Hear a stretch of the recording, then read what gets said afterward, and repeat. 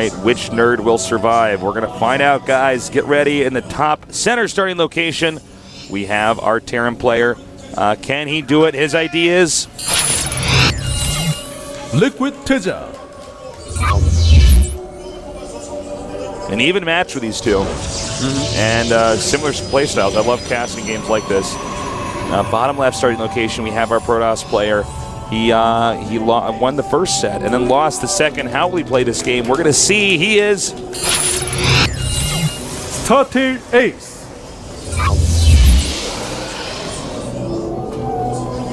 Ace wants this so badly. Of course, TaeJa wants it as well, but, you know, in Ace's position, what a frustrating place he's at, right? Who gets flown to the foreigner tournaments? Not Ace. Squirtle and Parting. Oh, that's a good point, yeah. Who's getting all the fame from his team? It's those two. Whereas TaeJa, you know, on Team Liquid, he gets to go to a lot of foreigner events. You know, even if he loses here in Codes, he still has a very bright career where he's going to fly around the world and do a great job. Yeah, that's actually a really good point. So and, you know, he's the other Protoss with, you know, Squirtle on the team and stuff like that. He wants to make a name for himself. And Liquid's a very internationally tournament-oriented team. Yeah. I mean, obviously they have people in Codes for casting TaeJa right now, I guess. But yeah, that's right. You know, different teams with different budgets and different visions for what they want their where they want their players to be and stuff like that. And you know, if he can get really deep and you know, Parting fell out, then who's to say that Ace won't be able to do some of these other tournaments? You know? Yeah, that's true. Really important match for him career-wise. As opposed to TaeJa, who's going to be... A lot of people don't really think about that when they think of a pro gamer's career. Yeah. A lot of people are like, oh, he's a pro gamer. He gets to play his favorite game and fly around the world and, you know, get paid to do it. But actually, you know, there's a lot of pressure on these guys. Yeah, you have to give a certain number of results. If you do not win, why on earth would they sponsor you and send you to events, you know? You could get your salary cut. They might be like, "Oh, sorry, you know, we only have the budget to send 2 players, and you know, you haven't proven the results." And you know, StarCraft's a huge team. If you don't get far enough, then you're not an asset to our team, our company, and our sponsors. You know, and then you might. I'm not saying like if Ace doesn't win, he's going to kick up the team. He's really good, but I mean that's something people don't really think about or talk about a lot. Is that you know, you got to fight to survive. No question about it. As a pro gamer. All right, so it looks like Ace actually probably wants to go for that third Nexus build once again. You know, he's only mined with those 2 probes. He's only got the 1 gateway, but we'll see. Got in there. Okay, nice. He's going to see, once again, the triple command center. And that gives him the A-OK to go ahead and make another Nexus if he does want. Yeah, and I think he will. Maybe he'll go for a 2 base all-in. I don't know, but... I'm not feeling it, though. I really... It looks exactly like that other build where... The starting locations on this map are the farthest out of any other map, right? They are... I believe so. I mean, if you just like look at the mini-map... Maybe Whirlwind has like a longer spot? Oh! Maybe? No, I don't think Muspelheim or whatever you say that. I think actually, but I think the fact that we have to bend a little bit through the middle of the map, if you look... Yeah, no, it's so long. It's like unbelievable. Keyboard for a second. Let's see this. It's actually... Yeah. I think it's longest. Yeah, let's say it's longest. All right. I just don't want to fight anymore, Artos. Yeah, let's just agree. Wow. Whoa, was he? Hold on a second. What is over here? What is that, Artosis? That is yet another command center. He made a 4th command center. Yeah, it's going 4 command against 3 Nexus. And this is, you know, I actually... This is smart of him. This is a good move. He has to be careful, of course, about any possible like 7 or 8 gate attacks afterwards. But you know, actually, I wrote something about this on scdojo.com. My little StarCraft check that out, guys. About you know, do what your opponent's doing, but just a little bit more. You want to one-up him a little bit. You see, oh my God, you scout his base. You see he's got 1 engineering bay. What do? You make 2. You get 2. Yeah. And this isn't always like a hard and fast rule, but with a guy going 3 Nexus, you can go for the 4 command and then get, you know, a really great economy going. Right. So Ace going up a couple gates. He has added the gas. I think he's going to just go for the Robo again, and you know, that is going to be fine. He does not have to actually go into the 7-gate attack or something. If his opponent was getting a little bit more aggressive, he'd need that. But with the Robo, he can figure out, oh, you have 4 command centers. This is going to be the sickest macro game again. Now, here's a question. So he's got 4 command centers, okay? Now, I don't think he can just, like, go to his 3rd right away if he's made a 4th command center in his main. You know what I mean? So that means that whatever TaeJa does is going to be incredibly mineral heavy. He's going to have a lot of SCVs he can make. He's going to have a lot of mules he can make. So would it be in the Protoss's best interest to then try to get a lot of Colossi? Because it's going to be a lot of Marines, right? Sure. It's going to be a lot of, it could be a lot of Marauders, but if he gets, even if he was like 2 Robo off 3 base or something, do you see what I'm saying? Yeah, no. And you get some Zealots. You're not going to have, let me tell you something, guys, you're not going to have a lot of Vikings. Yeah. Of 4 command centers and two actual bases. He's going to have to take some additional ones. By the way, I want to point out that this is like almost comical that he's going 3 eBays. What is he? He's going to upgrade Terran shields? I was just talking about how, when your opponent's doing something, do it a little bit more. You got 2 Forges, so TaeJa got 3 eBays. I'm like, no, not like that. Okay, so this is like some kind of mistake. You actually, there's no point. He canceled one. Okay, good. That's so funny, though. All right, so, these two, this is like the sickest powering you're ever going to see. Seriously. In fact, I love that he's getting Siege Tanks the Siege mode. That's going to allow him to just hold any attack incoming because he's being so greedy. Yeah. Siege Tanks on high ground, you're not really going to break that as Protoss. You're going to see like one volley come down and be like, all right, I'm not going to lose all my sentries for this, this silly attack I'm doing. So this is so funny because, game 1 and 2, there was this this sense of like macro, defend, build up. This game is that, like times 100. Yeah. This game actually makes the previous 2 games look like diet macro games. Yeah. Macro 0, like no calories. They look at this. They look at this game and he's like, listen, man, like that game that was for pussies. We're gonna step it up one game. This is the big goal. I'm gonna make 4 commander standards in my base and. But this is funny. It is. This is actually the most macro-intensive game I have casted. Yeah, this is more so than, what was the name of that map? Calm Before the Storm. More so than that now.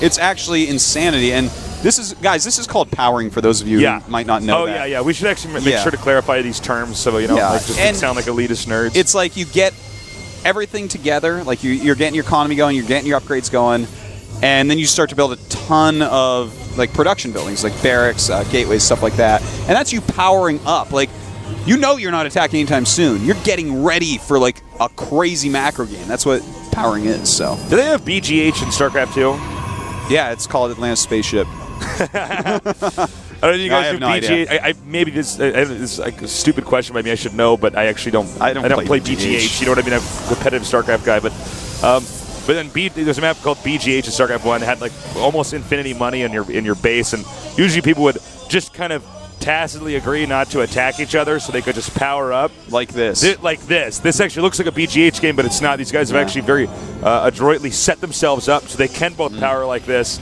And again, like, are you on the same page, Miratosis? I know we don't always cast every single game together, but I have never casted a game with powering this intense. No, this is the most intense. This is actually the record for us, guys. Yeah, there's been some games in Calm Before the Storm that almost look like this. Or Shakura sometimes. This is more insane than that. Definitely more insane than both those maps. And look, he's adding 4 more gates. The factory's finally coming out. These two. Their power they're actually dead even, by the way, guys. Yeah. This is like the Avengers or something. We're just like both sides are gathering all their superheroes, and then there's just going to be one sick battle at the end. There's not even been really harassment. This is the first harassment. Ready? Watch. Let's see if this does engagement. All right. Uh-oh. He's harassing him. All right. And that's 2 mules. Whatever. This doesn't even matter. They're both going to be maxed out before 15 minutes. Yeah, they're going to be maxed out before they even touch each other. I think it's actually possible that they could get maxed out. You know what we actually need to see? Yeah, they're going to be maxed out before 15 minutes, I think. The thing is, where do these guys actually take their additional base? Because these guys aren't Zerg, by the way, guys. This is like not... Yeah. But this is, wow, this is wild. I was just about to say Ace needs to get another Robo, and he's already getting it. In fact, I wouldn't mind him putting up 2 more Robos, because a game like this, with how big this map is, I feel like Colossus is going to be a little bit better than High Templar. I think so. It's going to be so ridiculously hard to keep track of things. Does he have? He has, I think he has 2, but let me check. I didn't see the second, but he should have a second. I believe he does. Hold on. No, I guess he only has 1 right now, but I'm sure he's going to add. He'll probably add 2 more in a minute here with this amount of powering going on. Jesus, they're powering. They can't even really walk across the map to attack each other because they both know they're both doing this. And even that travel time, the opponent's going to have like maybe some additional units, a better arc. It's We're just going to see 2 insane death balls go. All right, now see this, guys? He's sending these zealots out, 1 to harass, but 2 because he wants to get rid of some of these zealots. He wants to free up his supply to get more Colossi. Certainly. Absolutely, in fact. You know, Colossi going to be such an important unit in this game. He needs to keep his power cross. Oh my God! Oh! He just lost the Warp Prism. Out of everything that he couldn't lose, it was that Warp Prism. Yeah, right, he will escape here. I believe that was 4 High Templars in there. It was full. It was 4 High Templars. Okay. It was. Yeah, that's insane. That's like a nice thing for TaeJa. And normally that would be a game ender, but with how hard these guys have powered, nope, not a game ender. Yeah, you lost that. It sucks, but your economy is so big, your upgrades are so good, you'll probably just live through this. Don't worry, Ace. He does have some more. Actually, how many High Templars does he have? He only has 2 right now. That's a little bit scary, yeah. Siege tanks sieging up. Coming out here. Oh, it's Stalkers in the front. Got to be very careful at this. And here we go. Here we go. Not really good force fields here. Actually isolating the Zealots here, but there's just too many Colossi, I think. Yeah, the 2 Colossi really help trample the force fields. He's going to bum rush the Colossi. Yes, he is, and he might kill both of them. Or what? Or neither. What? 5 hit points and 41 hit points. Wow. Big mistake there to leave those both alive. I think that could actually, Funny thing is, on like a BGH game where you're just going to do max battles again, you'll kill those 2 Colossi to make ones with full health. It's true, actually. It's not quite what'll happen here, but... Well, he's got a really nice opportunity here. He can try to go over here to the upper right. Yeah. What I would do is actually try to make sure those Colossi just don't die. I mean, they don't even have to try to attack them much. I would try to bait them and have them be chased. That's a good point. And in fact, he's got 3-3 against 2-2 of TaeJa. So Ace has gone ahead a bit. Thermal Lance is about to finish here. Oh, no, I actually think he should engage there. I think he's actually doing this wrong. You think so? Yeah, I totally think so. He's bringing up this Warp Prism. And... What is he doing? What the hell was this? He's trying to bait Viking missiles, I guess? I don't know. That's really weird. Am I wrong? He should engage that. Am I totally wrong here? I mean, that's not a planetary. He has all those High Templars. This is why he's waiting for these High Templars to gain energy because he just warped them in. Okay. He doesn't quite have Storms yet. He's going to in just a few seconds. So they're like 71 energy. Okay, they just got it, so I guess he's going to engage. Still, though. All right, so this is going to be my God, EMP. More snipe. Well done. TaeJa, by the way, has 2.5k and 300 gas, and he's at 177. He really needs to remax here. Because Ace, of course, with warping abilities, he can always have his full army. All right. Is he just not going to do it? Well, he's actually having the army stay over here so he can attack the other side with Zealots. That's I see. Smart. So he's forcing a relocation of that base. He's trying to say, all right, no 4th base for you. And he's actually doing a good job of it. This is a time where Terran's actually going to need planetaries as opposed to orbitals. Because Protoss can spread out a little bit easier and then reinforce the other side. And look at this. Sending his army up as soon as some army goes over to deal with those Zealots. A great move by Ace. But actually, look at that. Storm! Whoa, nice dodge there. And his Ghost's actually going to be taken out. He's got to be careful about that. Right, now this Marine Marauder army is pretty scary, but it's also in the red. Actually, and, well, he will clean it up, and this is what happens in games like this. You're both powered so hard that it's really, really difficult to kill each other. One thing I want to point out, though, Tasteless, is what I want to see from TaeJa is more planetaries. That's the only way he's going to be able to zone this map properly, because Protoss can do things like not even planetaries and expansions, just like actually in key locations where they want to move around the map. Let's say you warp in 10 to 12 supplies way far away from where your main army is to harass a base. Terran has to send a decent amount of army over there, and then as those die, they can rewarp in that 10 to 12 supply and then have a supply lead and attack you in the place their real army is. So it gets pretty difficult on a map this big at this point. So really, TaeJa's going to need to focus a little bit more on planetaries as opposed to orbitals. All right, now the next move is going to be here. Now the expansion that TaeJa, by the way, it is going to be Ace who's going to be the first to probably show aggression here. That expansion over there, you can actually get behind that expansion that TaeJa took and hit the workers from there with Colossi. That's very true, yeah. So. And that's definitely something I think we'll see happen in a little bit. He only has 3 Colossus right now, but 5 High Templars. Looks like he's focusing a little bit more strongly on High Templars, which is fine, but definitely would like to see a lot of Colossi still popping out. All right, they actually... Armies are just in bad positions here, and actually TaeJa just gets this for free. Yep. Ace out of position there, and he's actually big counterattack. Yeah, big counterattack here. All right, so he'd probably... How many minerals are actually at that base where the last engagement was at for TaeJa?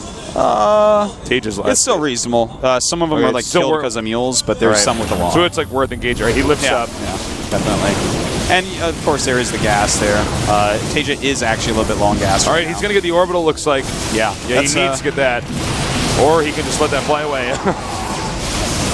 Looks like it actually will end up living, and he's going to go up this hill. A lot of Vikings up here are going to target down these colossi. He needs to target them, though. He's actually just kind of letting them spray. Ace is actually microing so well, but it looks like I believe TaeJa should win this. Yeah, and this is, well, hold on. We're going to wait for this battle to finish, and this is, I almost never use the units lost tab, but this game I'm going to have to. All right, so the resources lost in units for Ace, 22,000. For TaeJa, 20,000. So TaeJa's actually being a little bit more cost efficient than Ace, but don't forget that he's actually got more bases and he's got them mining longer. So it's still very close. And in fact, you can see that in the supplies, 145 to 133. Did that orbital burn down, by the way? No, you repaired it. Okay. No, that's yeah. I guess he did. He did repair that. Okay. He is floating his main orbital somewhere else too, though. And should he just switch out of Colossi now? So many Vikings, or how many Vikings do we have? We have 6. That's you know, fine. I would still keep some because the armies that you can make at this stage, when you have like some High Templars with them, but you have a lot of Colossi, it's hard for Ghosts to actually engage. This is a nice little harassment, by the way. That's really nice. Really good. Yeah, that's TaeJa has to go out of position to try to stop that. And another reason why you may want an orbital, upgrade that orbital range and try to stop little Blinkens. But of course the Colossus could hit there as well. All right, he's chasing him down now. Waiting for a storm here. Feedback there. Okay.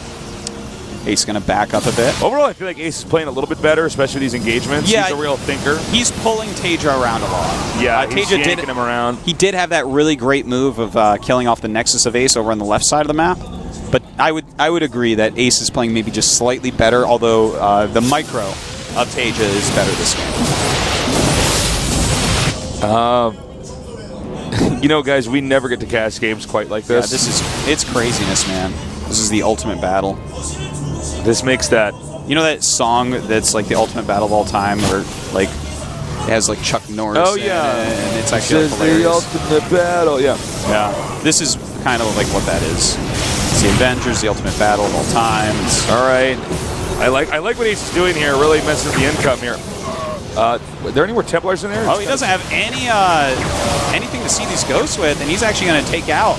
What is he doing? Oh, he's just getting a nice surround over here. That was the Archon, damn it. Yeah, I was got a little confused there. Uh-oh, that is a lot of flying units going to go down. Oh, no, that's actually very bad for TaeJa. GG. Whoa, that was it. Yeah. Okay, so there's this really subtle thing that happened right there at the end as he saw that he had no... Oh, nice, Ace. As he saw that there was ghosts there, he said he took a risk. He just walked into the army, got a surround, because that army was so much together, and then let all the Archons hit at once. Yeah. He did end up killing TaeJa off, even though TaeJa was being more cost-efficient for a little bit. Ace was mining for more areas for longer, had a ton of splash damage, just never-ending splash damage. His upgrades were just slightly better for basically the whole game. Well played by both players, for sure. But TaeJa, you know, when you're flying orbitals all over the map, Ace is going to be able to, you know, just tax you too much. You know, there's points in time where, like the games we saw, the 3 that we saw here, where you have such big armies that nobody can really engage anybody. So it gets to this point in time where you're moving around the map in these different positions, trying to figure stuff out. Like when he got to that one location, and he's like, all right, you can't attack enemy. Then he blinks over to where the workers are, and it's like, yeah, that was a big chess game that we saw there. We see it sometimes in TVP in situations like this, and sometimes in some other matchups. For instance, super late game PvP, you have such an arc, you can't attack each other. So what you do is start like doing enough harassment that like you want them to draw a piece of their army so that you can move in, and we saw a lot of that there by Ace. All right, guys. TaeJa did a little bit, but not as much. Yeah. Wow. That took an hour and a half for that best of 3. Craziness. How about that? All right, we're going to take a quick little break, 5 minutes, and when we get back, we're going to have our next best of 3 here at the GSL Code S, so stay tuned.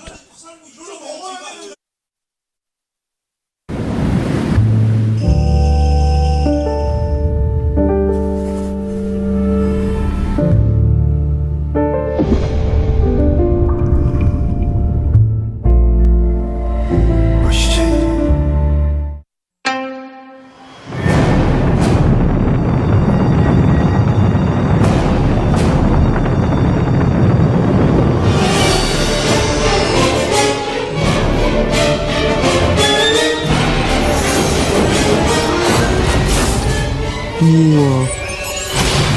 지게 로봇.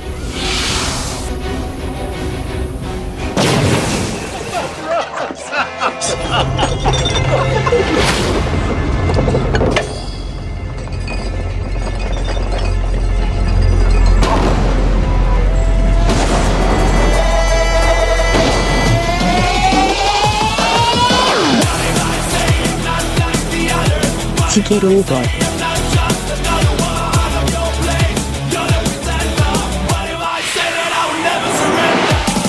지게 로봇.